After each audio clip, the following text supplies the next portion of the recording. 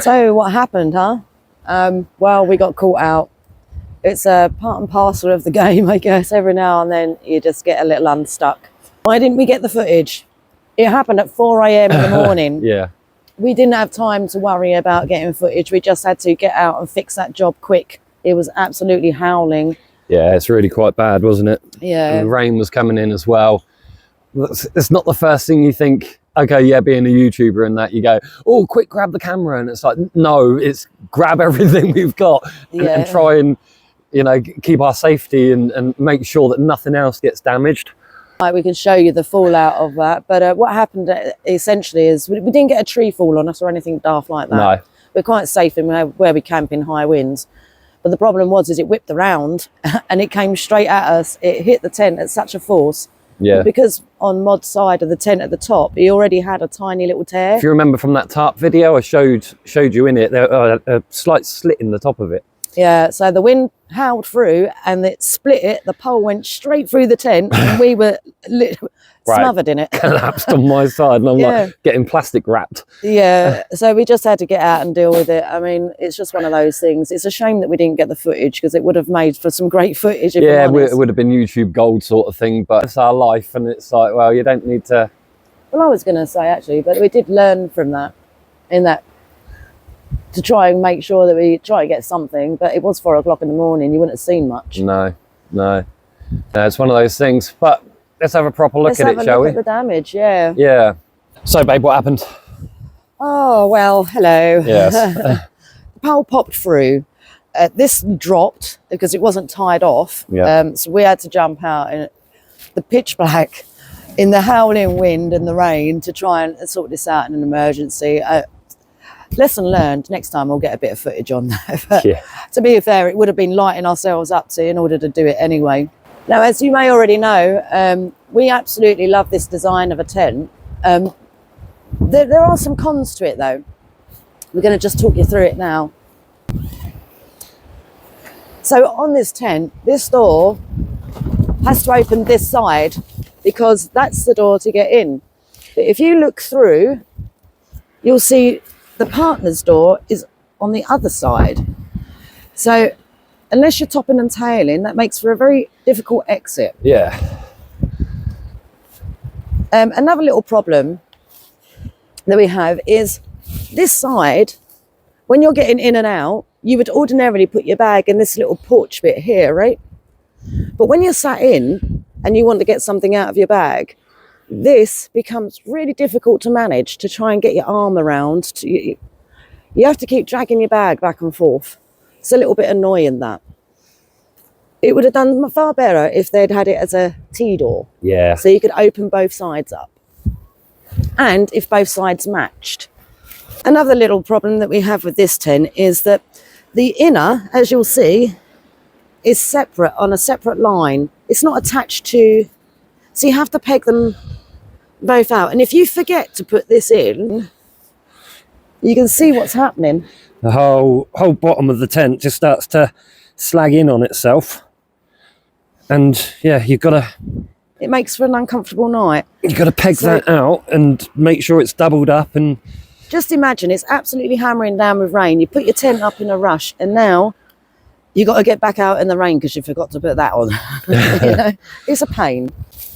So another thing is it's very bright in here. I mean, obviously the auto white balance will make it look brighter as well, but it's bright.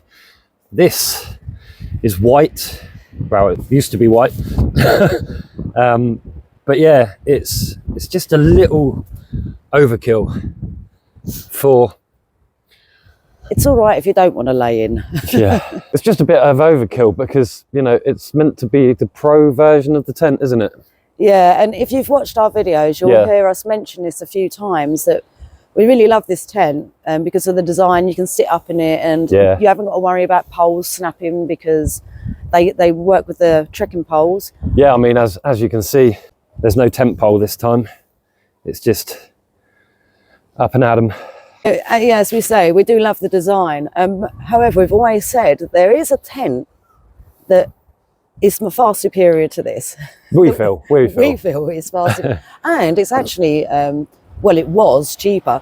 The problem we have is it's no longer in circulation. No. However, this is the part where we want to say thank you to you guys. Thank you. All over the screen. Really is appreciated. Yeah, especially in these times. Yeah. Yes. Can't be more grateful. It's awesome. Thank you for your support. Really appreciated. Thank you. And if you haven't already, don't forget to like, subscribe, share us around. Let's see if we can reach a wider audience. Someone challenged us actually, is that they'd like to see us hit, what was it, 20? No, 100,000 by the end of this year, he said. He said, I called it first, and he has called it first. So if we can get to that, that'd be awesome, wouldn't it? Yeah, that would help us. See if you can help us reach that. That would be brilliant. What a milestone, eh? Yeah. Right, let's get back into it. Yeah. Whilst we're on the topic of thanks, we need to thank Nikki. Nikki, you're awesome. Yes, thank you. But why is Nikki awesome? Let's find out. Ta-da! I can't believe that somebody actually had this tent. I mean, Nikki, you're amazing. Yeah. Like, we are so grateful. Despite offering you something for it, you was very insistent. You just wanted to get shot of it. And we're very grateful to take it off your hands, put it that way.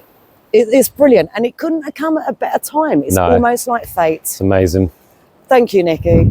Now, we wasn't intending to pick this tent up straight away. We was going to use it for our travels, but as the situation had it, here we are. We're at our friend's house now to get... Well, we had to come here, didn't we? Yeah. We weren't going to come here until next week. No, exactly. But let's show you the advantages of this. Look, first of all, it's dark. Yeah. Nice and dark. And what an amazing thing. Yeah. Do you know, it's such a simple difference to make, but it does make a huge difference to your life when you're living in it. Now we can reach everything. Yeah. Also, much like the other tent, I'll just give a quick in here. Yeah. Because this line's here and it goes up to here, you can open it right up, as you can see there with Tara. Yeah. And also, this actual outer comes off completely, so you can actually flip it over. Yeah, so you can actually just have the tent as this, so when we're in Scotland we'll be able to see the wildlife without getting eaten to shreds by the wildlife. And stargazing, yes. Yeah, definitely. Also, just to note that how the corners peg out, it's so much easier.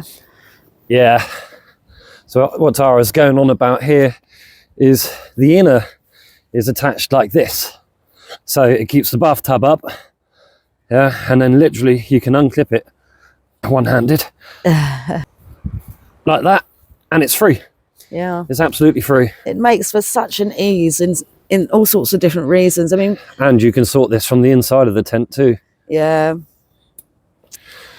and it helps with this little thing here, which the other tent doesn't have. Yeah.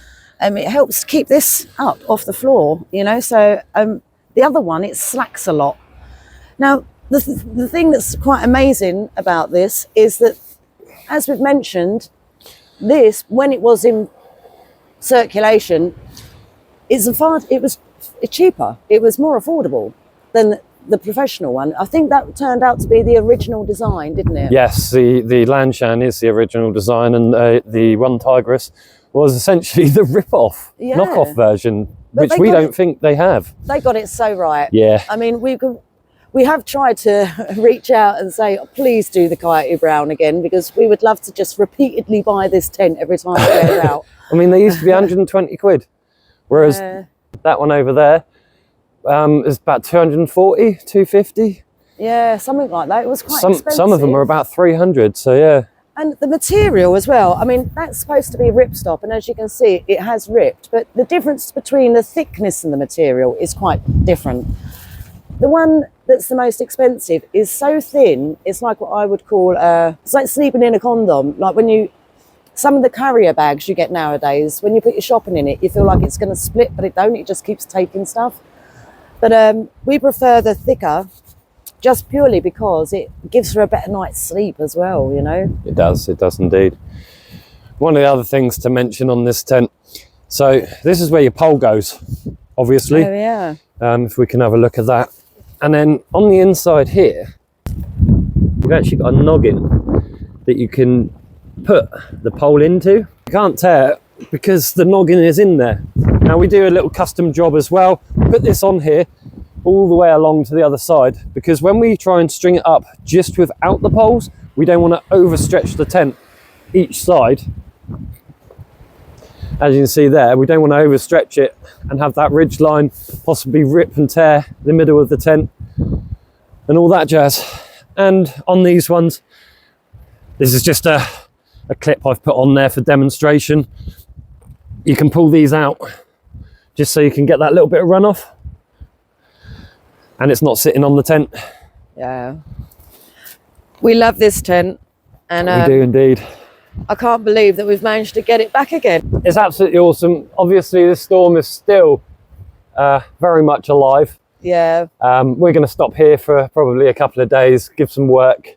Yeah. And I think we'll put this down for now though and put it back up again later, because I'm a bit worried about this wind, if I'm honest, after that one. Yes, yeah, definitely. And then I think it's less than a week and we're on the road. Yeah. On the move again. Yeah. We got some reviews coming up as well. They were night vision goggles. Yes. So stay tuned for that. It's going to be a fun one, like the 20 top tips undetected. And you get 2 shots at this, because we had 2 different companies with night vision goggles that have contacted us for a review. Yep. So there's 2 different types, which is quite cool, really. We get to see what the variations are, but we're not going to put them head to head as such. We're going to review them independently. We might do a head-to-head afterwards.